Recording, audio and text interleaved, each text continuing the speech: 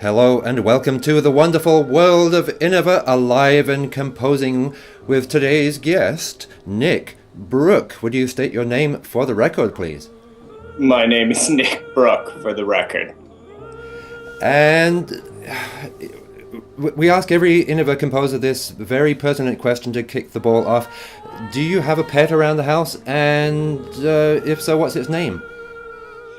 We have a pet, oh my God, the most embarrassing question of all. Its name is Mooney. I didn't name it. The kids named it after some fantasy book. And probably at some point during this interview, she will climb on top of me, so.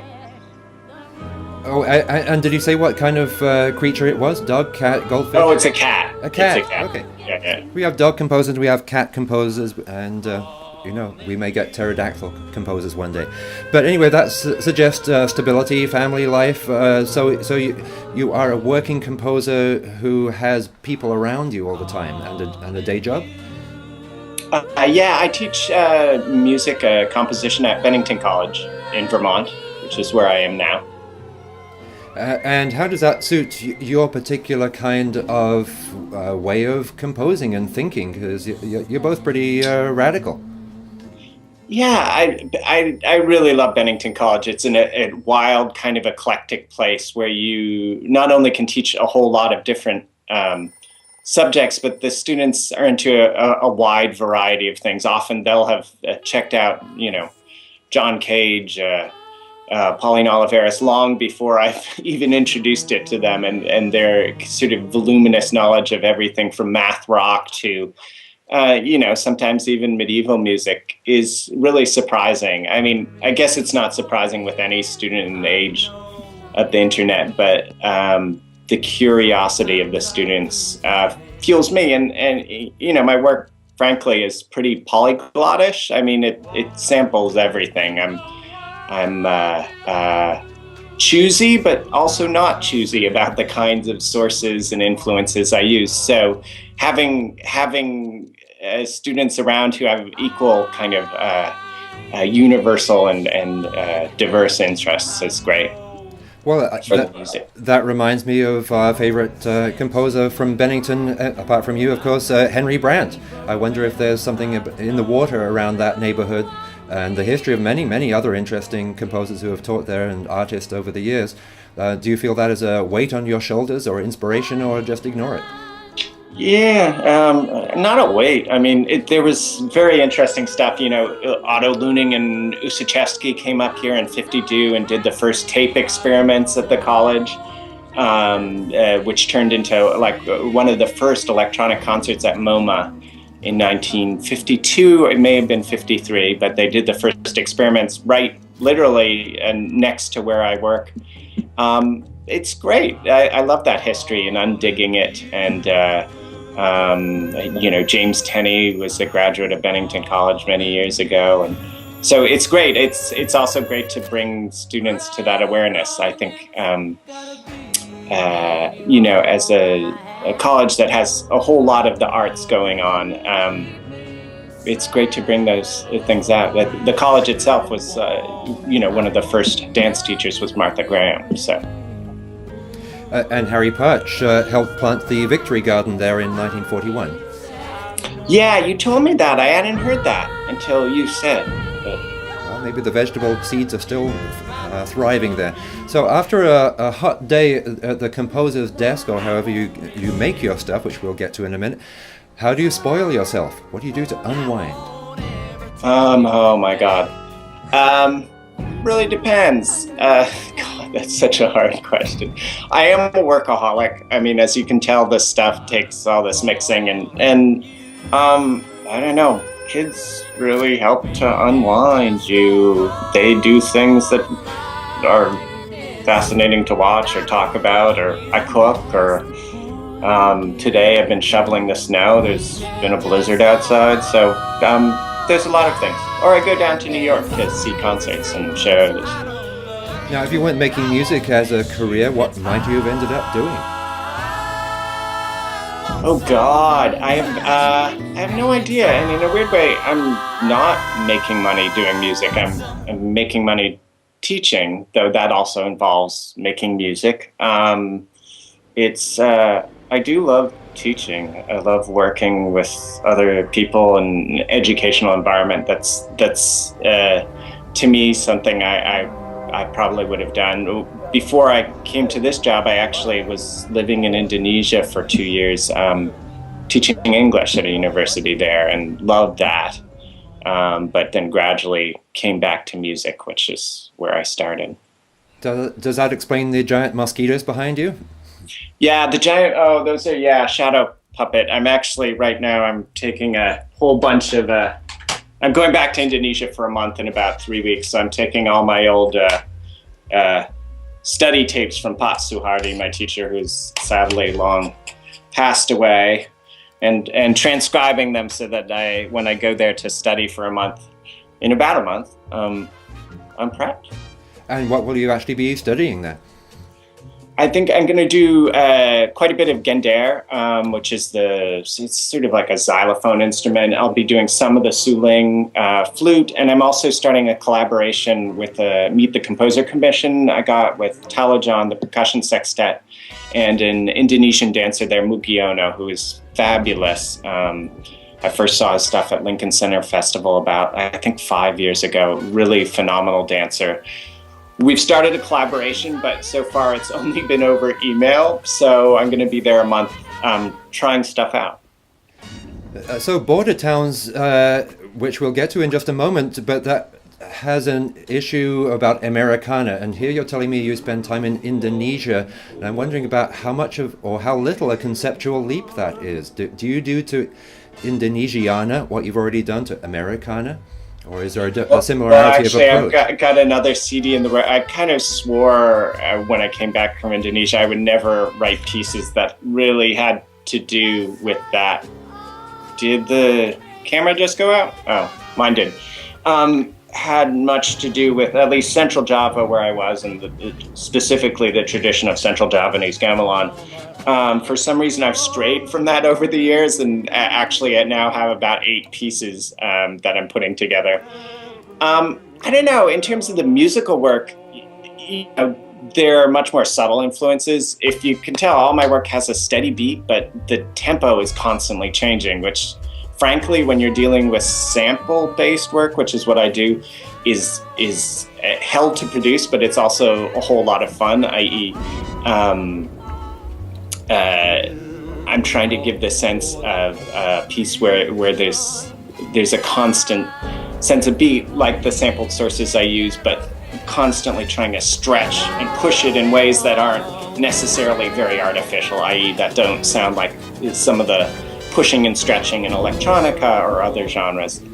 But do I use it in my own work? Well, I mean, I grew... I feel what happens when one spends a lot of time away from where one grew up is one sees it anew, and in a way, in trying to deconstruct Americana, which never really felt part of the stuff I grew up listening to, I'm taking that. I'm half British, at least my dad is, and I've spent a lot of time over there. So I've always felt a little bit of a lamina or a bit of a chisel between me and where I grew up. So I think in all of these and in using sampling, maybe what I'm trying to do is create a distance or a perceived distance, or if anybody knows, has been to someplace far away and comes back to where one's from, there's about a 1 or 2 day period where you can kind of see everything, like the Matrix. Things become much more evident than they would have been had you been there for a long time. So I think musically, through sampling and deconstruction, I try and do that all the time. Long answer to your question. Which we can extend. Is there also a sense that all the disciplines are operative all the time? Because, gamelan's about all of the visuals and the dance and the costumes and the smells, and as well as the sound. And Border Towns has had a live instantiation too. Do you... Yeah. I mean, I think you're referring to a lot of my stuff now uses theater and dance. And though on Border Towns, I work with my co-director Jenny Rohn, who's fabulous. and has done a lot of work in physical theater. I also do a lot of the blocking and choreography, and there's a whole scenography that's developed in a lot of these pieces. The music comes along with the blocking, so I'll figure out how something's going to look on stage before I even compose it. I do think, being the idea that there's a breakdown between disciplines, or that disciplines aren't a kind of continuous thing, did happen all the time. I mean, there was a interesting point where a friend who was a producer in Central Java and Jogja named Sabto Raharjo did a big concert, and it was highly publicized, and it was called Gamelan on Stage, and it had Javanese gamelan and lots of light and smoke machines, and I think it was funny as a kind of publicity event, because gamelan often isn't put on stage, or it's put in venues where, unlike, say, going to the World Music Institute in New York, you're surrounded, you're walking around the gamelan, or the gamelan is used to accompany a shadow puppet play or dance. And so it's not always the music isn't always the central dish of an evening, or it's involved in visuality in a way that's much more complex than putting something on a stage.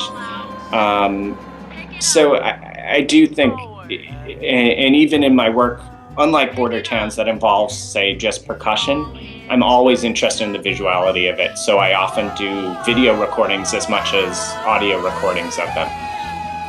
What were some of your earlier compositions like? Your juvenilia, who were your mentors? Did you have any mind-blowing works of art that changed your life in an instant? And you said, wow, now I'm the rest of my life has suddenly become clear. I'm going to be a creative artist.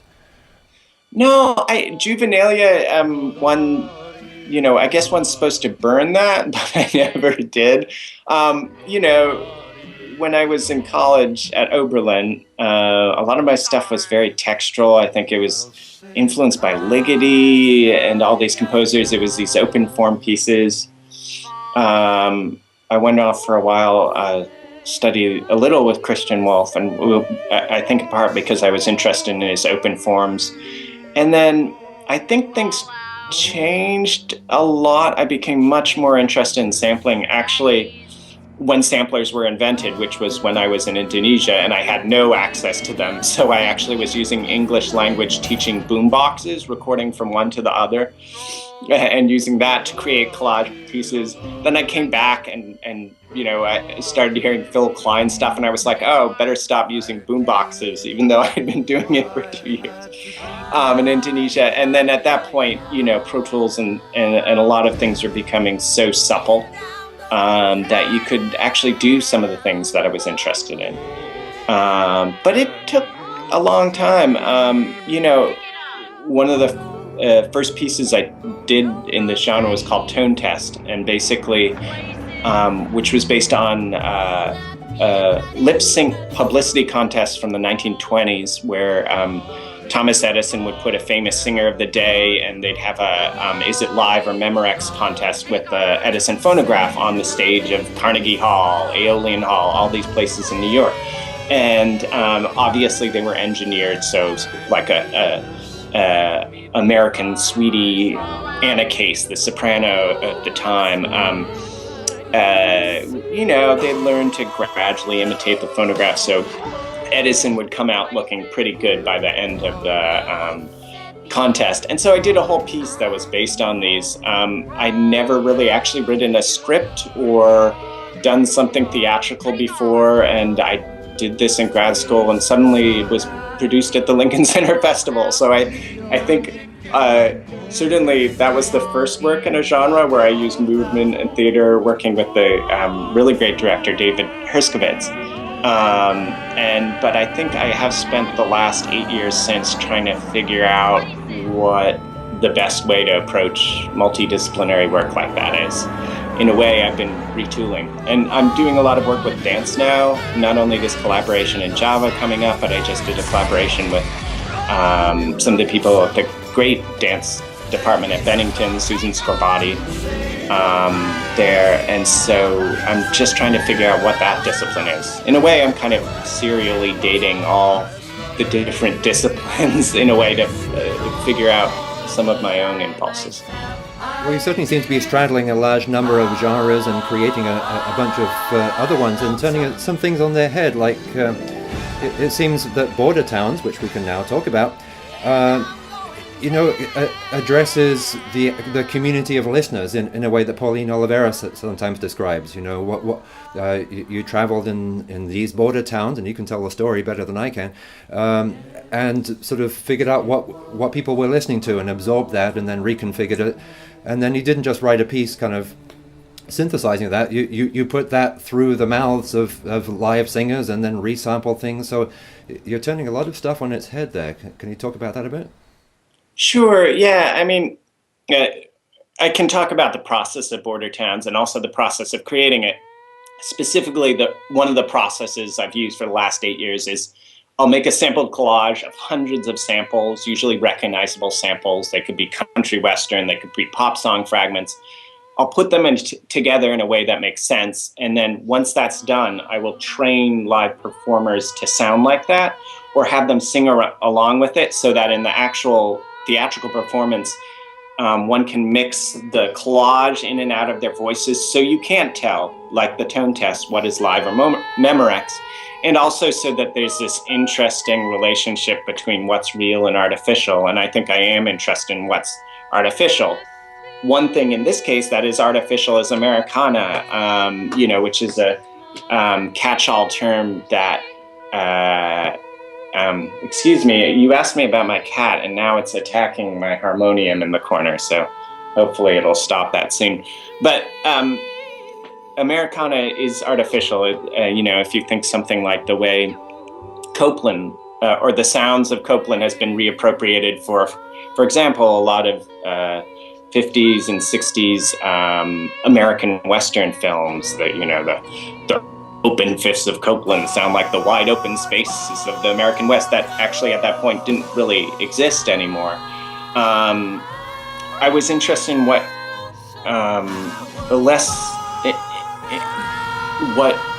is actually in a place, but what is used to represent it. So, for example, in Border Towns, I traveled to 11 different towns that were on kind of literal fringes of the U.S., from Canada to the borders of Mexico, and started asking people and also scanning the airwaves and looking at the histories and seeing what might have been used musically to represent a place in a time in which maybe there is nothing specific about an area, i.e., if one scans the airwaves, now that there's Clear Channel anywhere in the U.S., does one always come up with the same thing?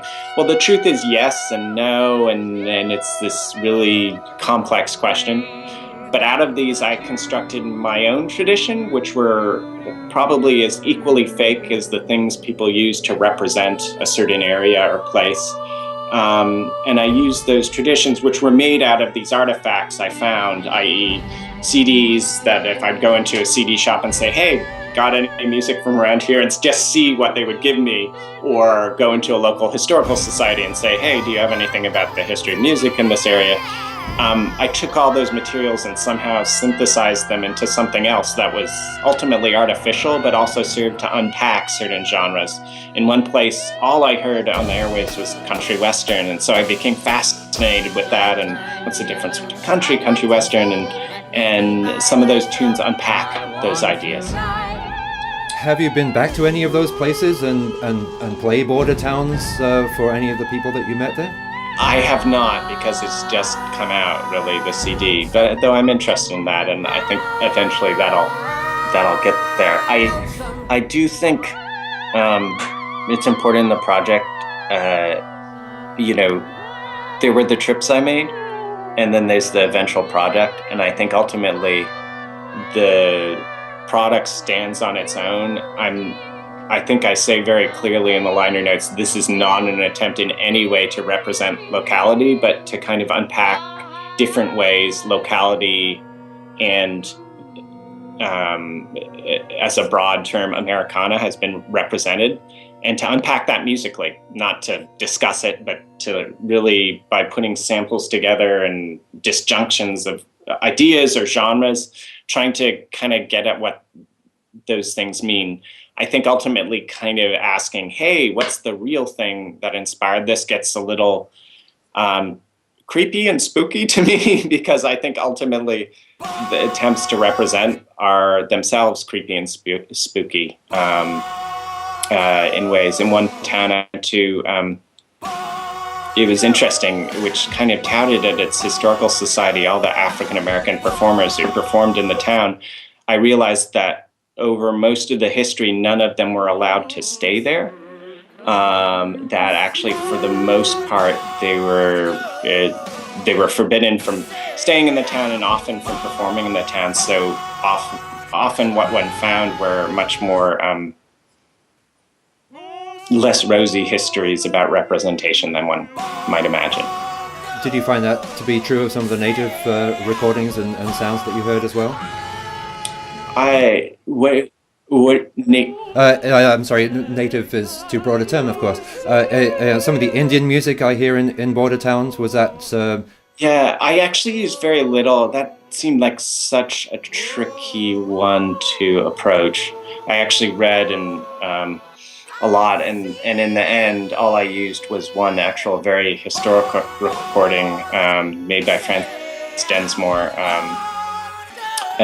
in Minnesota, in Honema, from about 1908, of a kind of genre that doesn't seem to exist much anymore.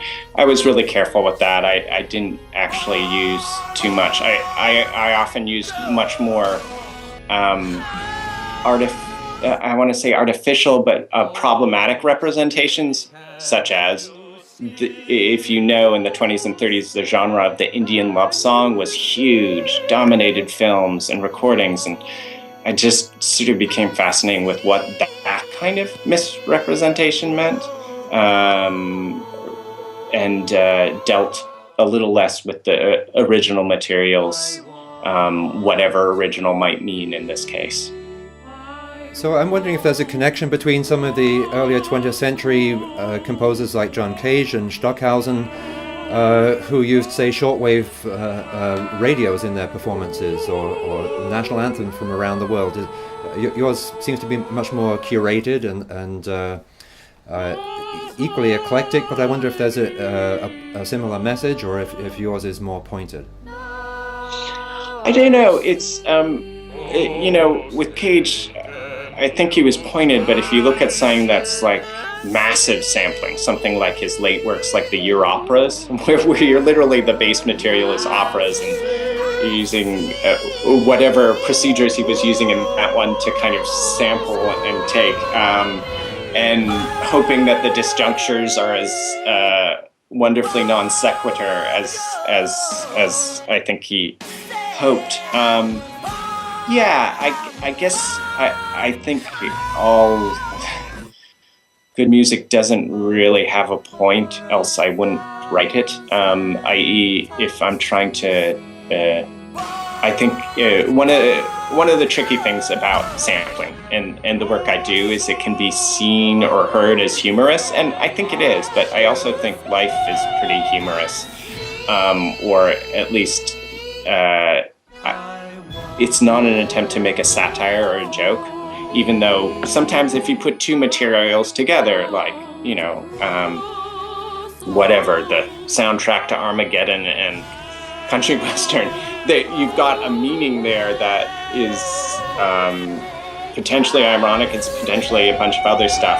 I do think I try to control that meaning in the sense of not making a point, but trying to make it more ambiguous, or at least rich. It's a basic metaphor. They're the metaphors that fit so easily. They're cliche, but and then they're the metaphors that are more rich because they don't exactly fit. I think the best ways to kind of sample and put music together is in ways that just don't immediately show meaning, but reveal a lot of layers upon inspection. Make sense? Oh yeah. And then just briefly, what are we missing by listening and not watching Border Towns, do you have a CD now. What would we have seen in the live show that we might want to imagine? Everything. Well, there are a lot of shout-outs, and it's hard to say. Sometimes you'll hear a voice coming in with one sample, and that's because somebody's run across the stage and sung that. Each of the movements has one task which is done and which each of the samples corresponds to.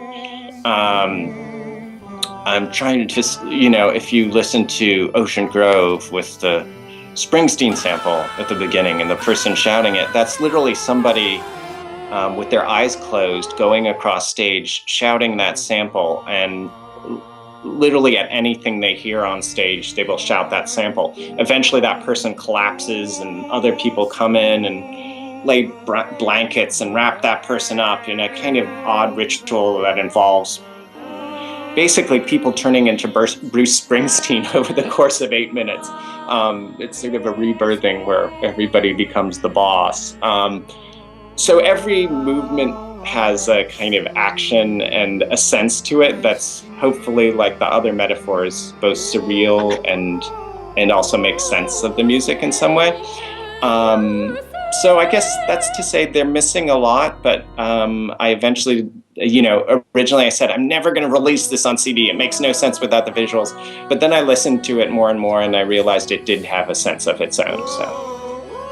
Well, we're enjoying it right now, and best of luck with it and for your future endeavors. And thanks a lot for talking with us today, Nick Brooke.